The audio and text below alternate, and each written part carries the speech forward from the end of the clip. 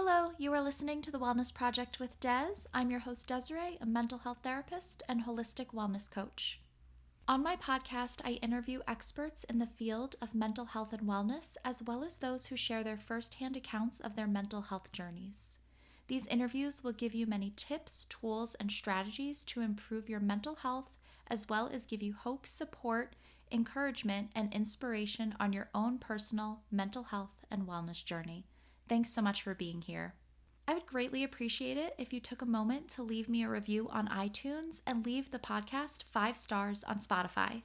It really helps the podcast to grow, which in turn helps me to keep bringing on amazing guests and spreading mental health and wellness education and support. And make sure you're subscribed so you don't miss an episode. Are you ready to embark on a transformative journey towards holistic well-being, unlocking the full potential of your mind, body, and spirit? If so, I'm thrilled to invite you to my program, the Holistic Wellness Transformation Coaching Program. My one-to-one coaching program is a comprehensive and individualized approach to help you improve your overall well-being. As a holistic wellness coach, I'm here to guide you on a transformative journey to attain balance and harmony in all areas of your life. With personalized coaching sessions, I'll offer guidance and support throughout your wellness journey. Starting with a thorough holistic assessment. We'll dive into your past, habits, thoughts, feelings, behaviors, and patterns that may be holding you back and no longer serving you. This assessment forms the foundation for your customized wellness plan. Together, we'll explore the 8 foundational elements of wellness to ensure you feel balanced and aligned with your goals and your values.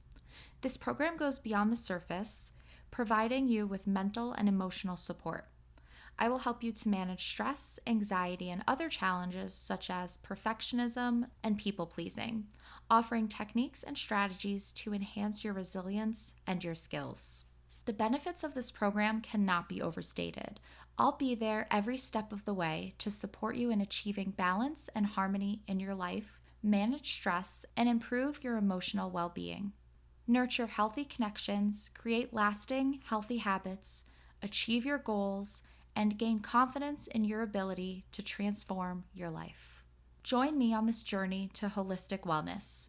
You could go to my website to check out my various packages, and you could go to my Calendly link found in the show notes to schedule a free 30-minute consultation call where we will go over the 8 core areas of wellness, as well as your goals and your dream life.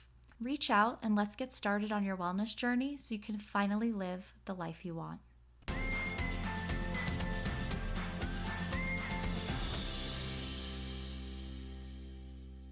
I'm your host, Des, and this is episode number 153. On today's episode, I am speaking with Ella Worsley. Ella has been through a lot in her life. She has experienced a lot of grief, a lot of trauma. She shares her story with us and also how she took her healing in her own hands. I do want to apologize. Our audio is not great. I don't know why, but Ella is from Australia, and for some reason, all of my guests from Australia, we always have audio issues. I don't know what it is, but it's like everyone I interview from Australia, for some reason we have connection issues. You can still hear the conversation, just the audio isn't great. I do encourage you to still listen because Ella's story is so inspirational and it's just a true story of resilience. I hope you're doing well this week. I'm recording this introduction on Sunday, April 7th, and I had the craziest weekend. So I'm in Denver, Colorado, for those of you who don't know. And we were expecting a windstorm over the weekend. We got a high wind warning. And because it's so dry and the high winds contribute to the risk of wildfires, a lot of areas actually, I know Boulder, actually turned off their power, just in case there were going to be downed power lines and things like that. My area was not calling for a scheduled shutdown, but we did lose power. I saw on nextdoor.com that power lines did go down, so I'm not exactly sure what happened, but we lost power Saturday at around 4 p.m.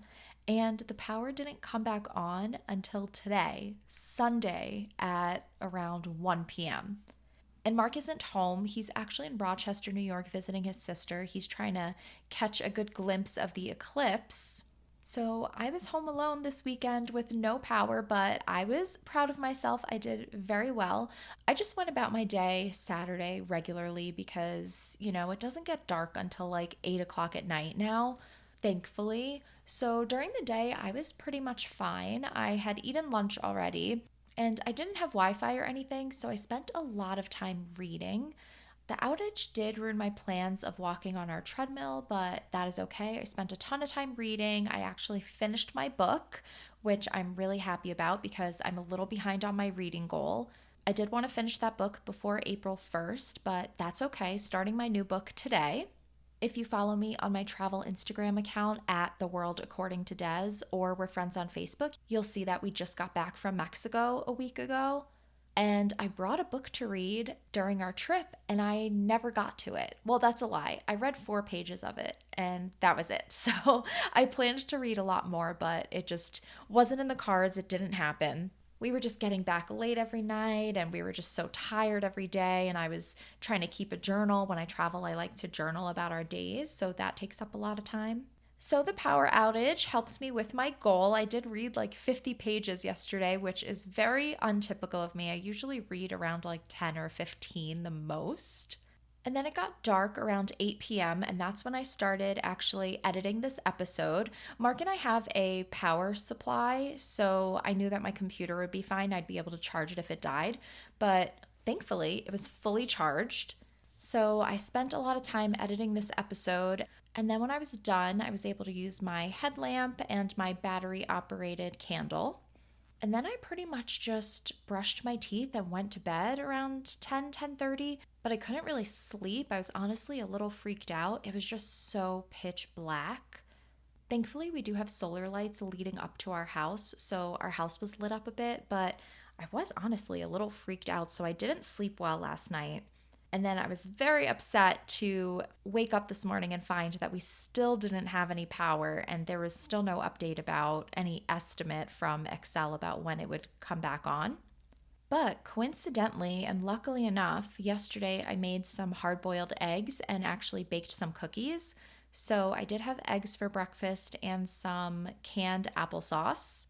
And I figured for lunch, if the power wasn't on yet, I would just order takeout or go out and see if any restaurants were open because not everyone in the area lost power. I actually texted a few of my coworkers that live nearby, and neither of them lost power. We also have a little camping stove. I don't really know how to use it, but Mark was going to walk me through it on the phone if I did need it. But luckily I didn't. The power came back on, and I just made some ramen for lunch because I opened our fridge and it smelled bad. I had to sort through it and I threw a bunch of stuff out. I'm still deciding on what's okay to keep and what's not okay to keep because we lost power a total of 21 hours. And Mark looked it up and it says that the model of our fridge stays cold after losing power for about 7 to 8 hours. So, still trying to decide what's okay to keep and what's not. But anyway, that was my adventurous weekend.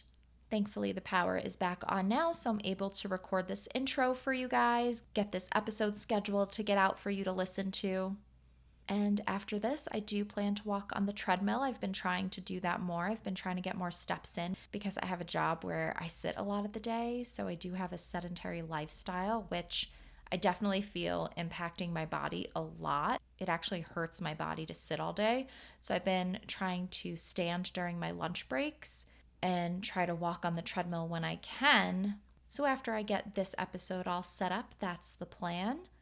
This is a really great conversation. I think that you're going to get a lot out of it. And if nothing else, it's going to give you so much hope that things can get better and that whatever position you're in right now, if things are not going well, just know that it is temporary and you are able to take control of your life, take your life in your own hands, and make some shifts. And Ella is going to talk with us today about how she did just that. So help me welcome Ella. Hi, Ella. Thank you so much for being here with me today. Thank you for having me. I'm really looking forward to this conversation. We're getting into a whole lot, and you have such an inspiring story. So I'm really looking forward to hearing that today and for you to share that with our listeners. So, to get us started, could you introduce yourself and share your story with us?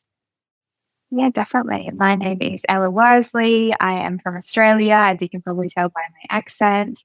I am many things. I'm a podcast host myself. I run retreats. I'm a therapist. I work with 4 different healing modalities.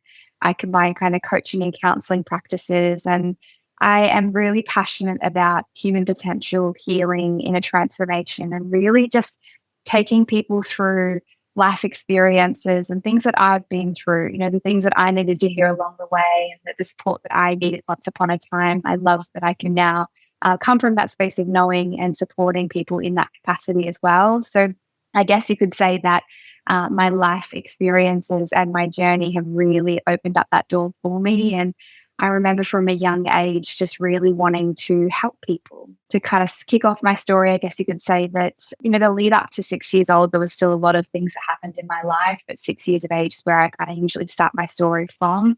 My beautiful uncle was murdered, and it was a really traumatic event for our family, and it was something that really plummeted my mum and my grandmother into a lot of grief.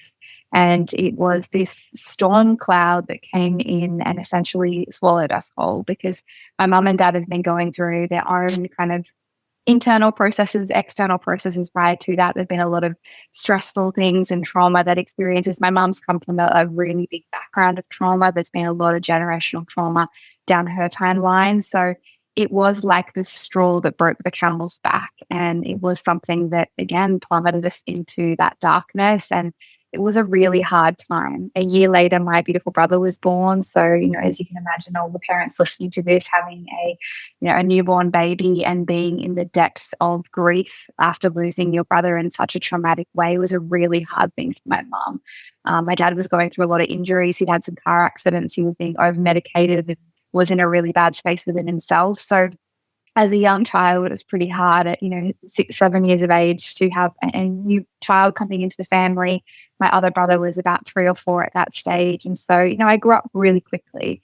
And I remember from a young age just really wanting to help my family and help my parents because I just saw them sad. I saw them, not coping very well. And I wanted desperately to be able to help them and to bring them back to being those happy parents that I once knew. But unfortunately, things didn't go that way for a little while. And my parents did go through a really messy divorce. There was a lot of hurt thrown around. There was a lot of things that happened. And, they just weren't in their best selves and they weren't showing up as themselves. And unfortunately, it was the fall apart of our family unit as we knew it. And so going into my teenage years, both my parents were both really on their own individual journeys and really struggling with lots of things still. And I just remember feeling really unseen and unheard, and wanting attention and feeling really angry and just not knowing how to cope with life. And so I went through some pretty big traumatic experiences. I had my first ever boyfriend cheat on me, which was a really hard thing to go through because, the love of my life, my first ever boyfriend, opening up my heart, having that happen to me was a really hard thing.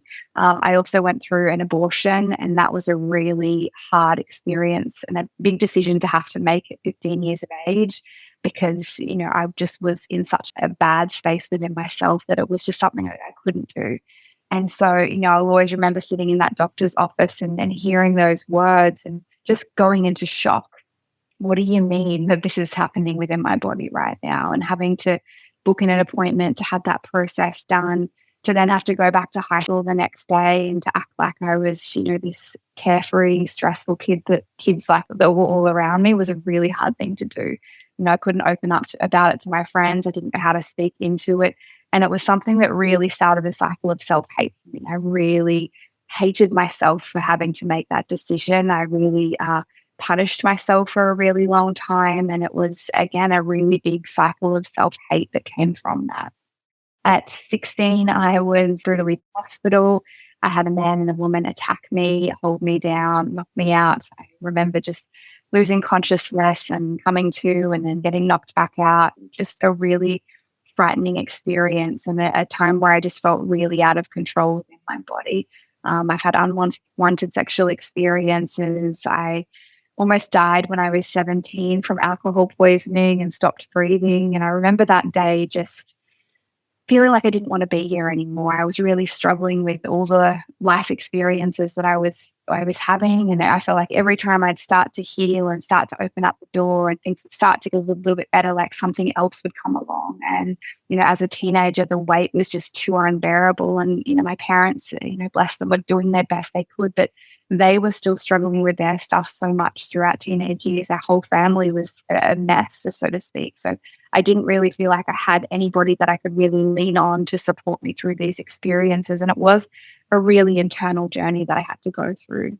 So that day, I remember the taste of straight vodka, and I don't remember making a conscious decision to not be here anymore, but I just remember losing consciousness and waking up 8 hours later in a hospital bed, having a drip in my arm and just having no recollection of what had happened. I just remember that loss of control that I experienced then, and just things kept going that way for a long time. I had more traumatic things happen to me. I got really lost in drugs and alcohol and seeking all of these things outside of myself to escape the inner reality and the inner turmoil that I was experiencing. I was always seeking validation from people externally. I was always looking for my self-worth in men, relationships, sex, jobs, validation, achievements. I was always feeling like there must be something wrong with me. There must be something that I need to get to, because why else would I be going through all of these things? Why else would I have had to experience these life experiences I've gone through? Yeah, I still went through a lot of things. I was attacked again when I was traveling in Greece. I had other unwanted things happen to me along the way. I lost really control of myself in my early 20s. Again, just all of these kind of accumulation of events that finally got me to the space where I decided that it was time to heal, it was time to move forward. And so I made that conscious decision. I opened up about the things that I'd gone through. I got support. I started my healing. And 8 years later, here I am doing this work with other people, and, in a space of deep gratitude for my story and for my experiences, because I know that I now come from that depth within the work that I do with people. And I really see people in their hurt. When I sit across from them and I hear their pain, I hear their life experiences, I'm like, I get it. I see you. I've been there, and there's a way forward. Wow, Ella, that's such a powerful story. Thank you so much for sharing all of that. I mean, you've been through so much and so many things that so many people just have such a hard time with that and moving forward. And like you said, you made the conscious decision to make a change in your life and to keep going. And how did you do that after everything that you've been through? Where did that resilience come from? I think when you grow up with a lot of chaos, you do develop a level of resilience. Like, I moved around a lot as a child. I remember, I think by the time I was 18, I lived in like 38 houses. So there was like constant moving and chaos and constant change, right? I guess a positive byproduct of that is you do develop resilience because you sometimes have to adapt. I remember being in Sydney and I remember missing a flight by 24 hours, and I was meant to go home for Christmas and see my family, and it was a really expensive mistake. And I remember just sitting in my room and crying and being like, how did I miss this flight by 24 hours? Like, how did I make such a big mistake? I'm always, on time, and I'm doing things, and I like to think of myself as someone that really does show up for things. And I had this out of body experience of like, I'm not me, and this isn't me, and I'm not living in alignment with who I really am, and I'm not happy, and I'm struggling, and I'm anxious every day, and I'm feeling really depressed. And it's like years of things started to really finally come in, and it just smacked me in the face. And I had this beautiful like wake up moment of like, actually, I need to change my life. And if it's going to happen, it's going to be up to me to do that. So, what were the actual steps then that you took to make that change? What was kind of your very first step? Seeking some professional support. I mean, first of all, it was radical responsibility with myself. I think, we need to be honest with ourselves that, like, hey, things aren't good, or hey, there's something here that we need to work on. But the second thing was I went and got professional help. And I've been having professional aid, but I'd never been in a space where I could fully receive it. I'd never been in a space where I could really open up and allow the support in. I was just like shut down in all of the therapy sessions I'd ever gone to. So I got to a space where I opened up and I really allowed people into my internal world. And I, started sharing about things and talking about things. And I remember sharing things with friends that I'd had for a really long time. And they just were so surprised.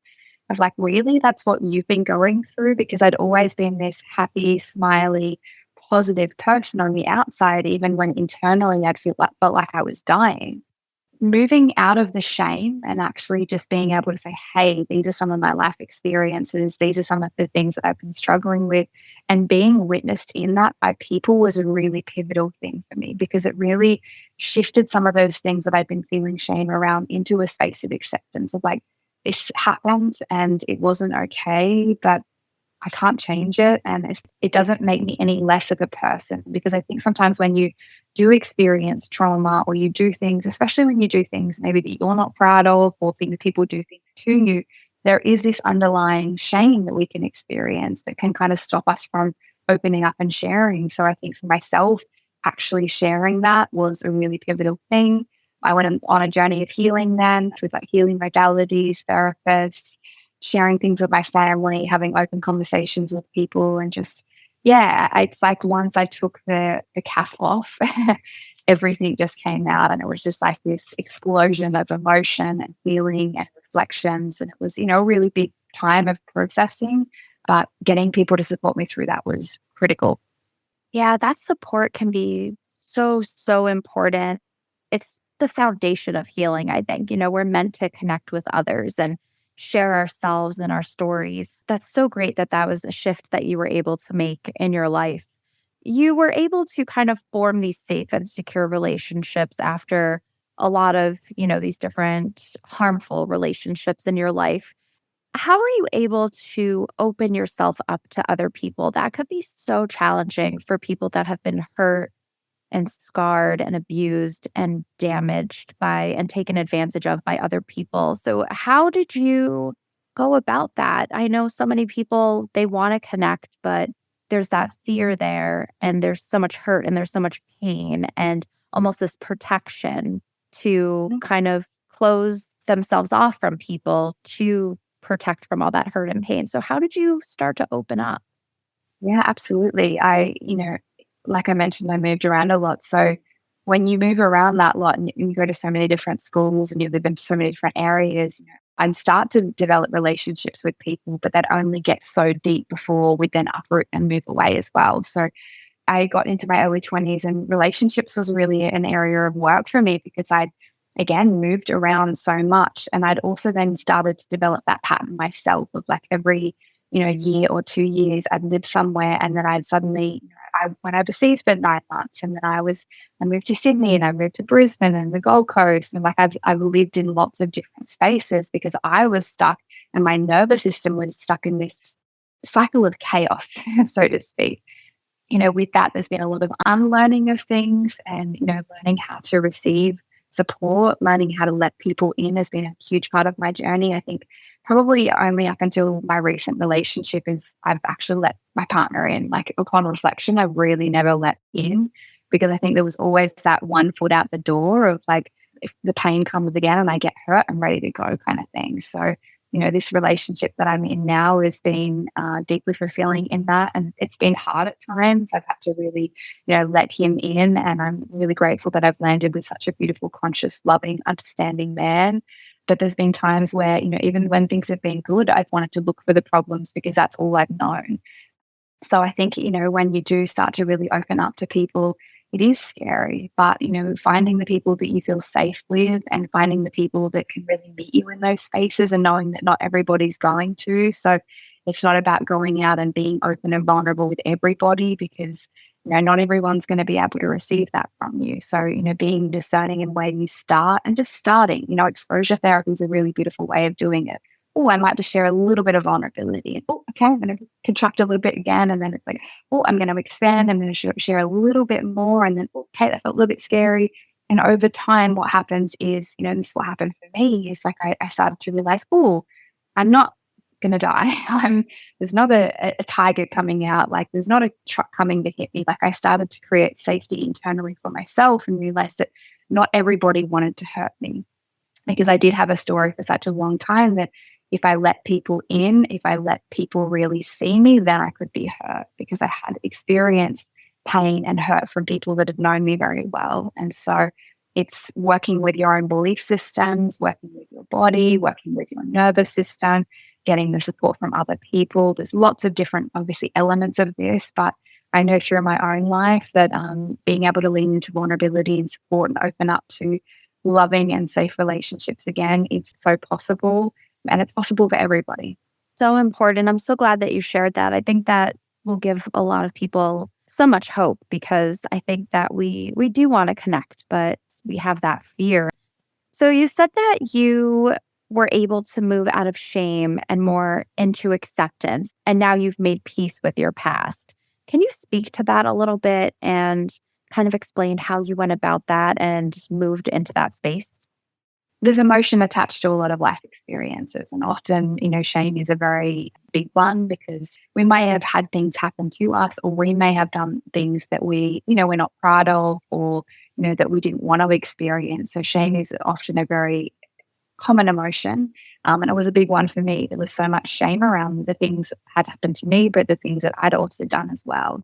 Again, for myself, actually sharing that in safe spaces with people and not keeping it locked away in this tiny little hidden box in a cupboard in this black little area, part of my life that no one got access to, because I think even the act of doing that makes us feel like there's something wrong with it.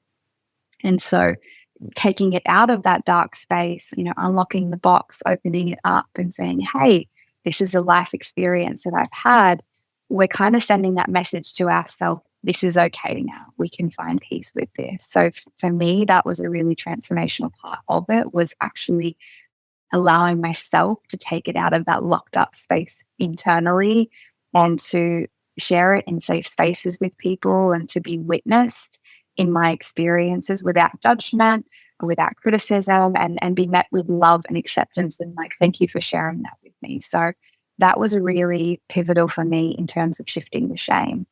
Obviously, then doing some somatic work, clearing things out of my body because there was a lot of stuff that I had kept in my body as well. So working with practitioners, some practices that I did myself, shifting anger, shame, rage, lots of different things.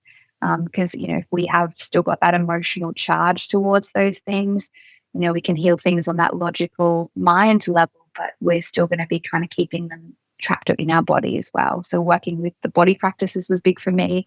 But finding peace with my past, to me, what that really means and how I've done that is just knowing that we can't change the past. There's nothing that we can do. And I know sometimes we want to wave that magic wand and go back there and rewrite some of those experiences, but we can't actually do that.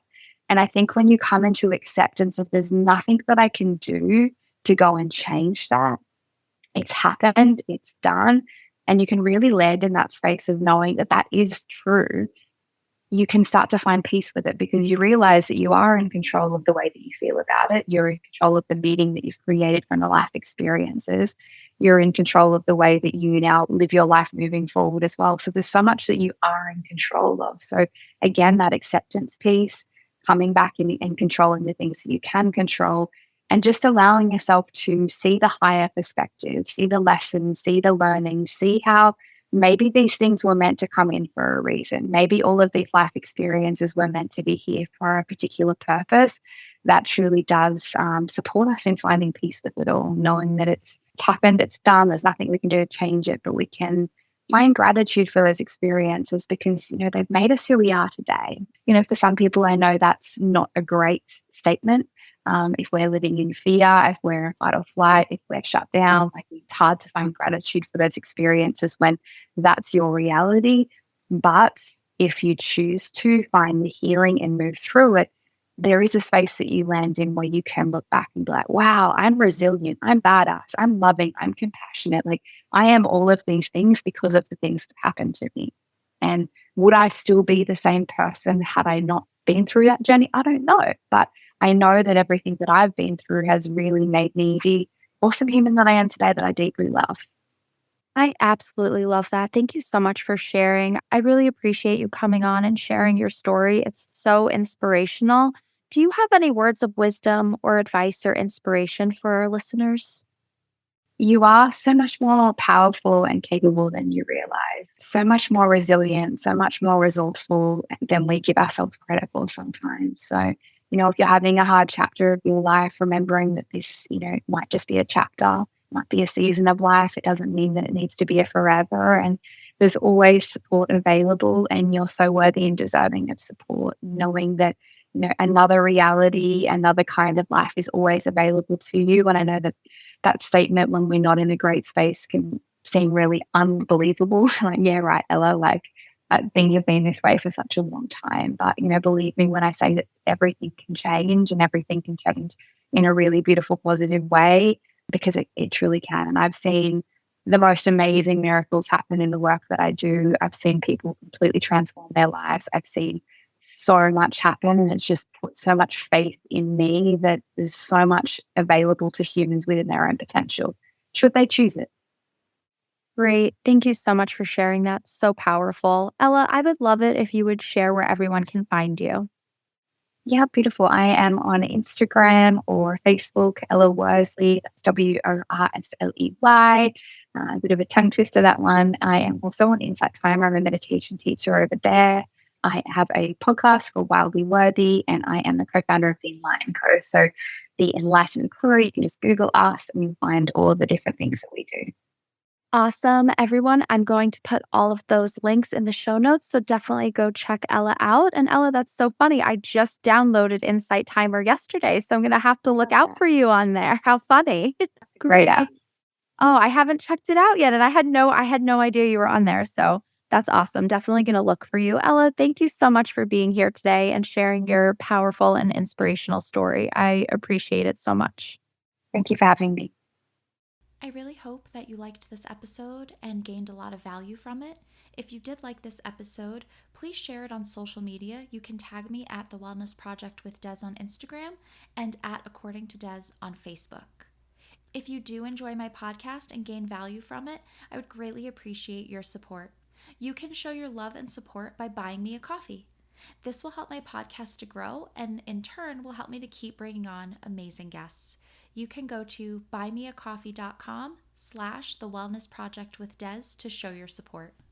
All books written by or recommended by my amazing podcast guests are listed on my Amazon storefront. Go to the link in the show notes to check out those books. I would love to extend an invite to you to become a part of my community. You can do this through Facebook, where we will be discussing this episode. I would love for you to share your insights, any aha moments, any thoughts or ideas you would like to contribute. You can contribute in the discussion taking place in my Facebook group, and it's a great place to connect with me because I am in there every day with mental health and wellness content, discussions, reflections, journal prompts. It's a fun and supportive place to be. You can find the group at facebook.com/groups/According to Des, and that link will also be in the show notes. You can also check out more of what I'm doing on my website, accordingtodes.com. You'll find a lot of wellness blogs, written interviews, detailed podcast show notes, and my shop, where you will be able to find workshops, my self-care course, digital downloads, ebooks. There's a lot going on my website, so make sure you check that out at accordingtodes.com. And while you're there, join my email list to stay in the know about what I have going on and available for you. When you sign up, you will get your free ebook, The 5 Stress Reduction Techniques to help you feel more relaxed. Thank you so much for being here. I will talk to you next week. So until then, I hope you have a calm and peaceful week.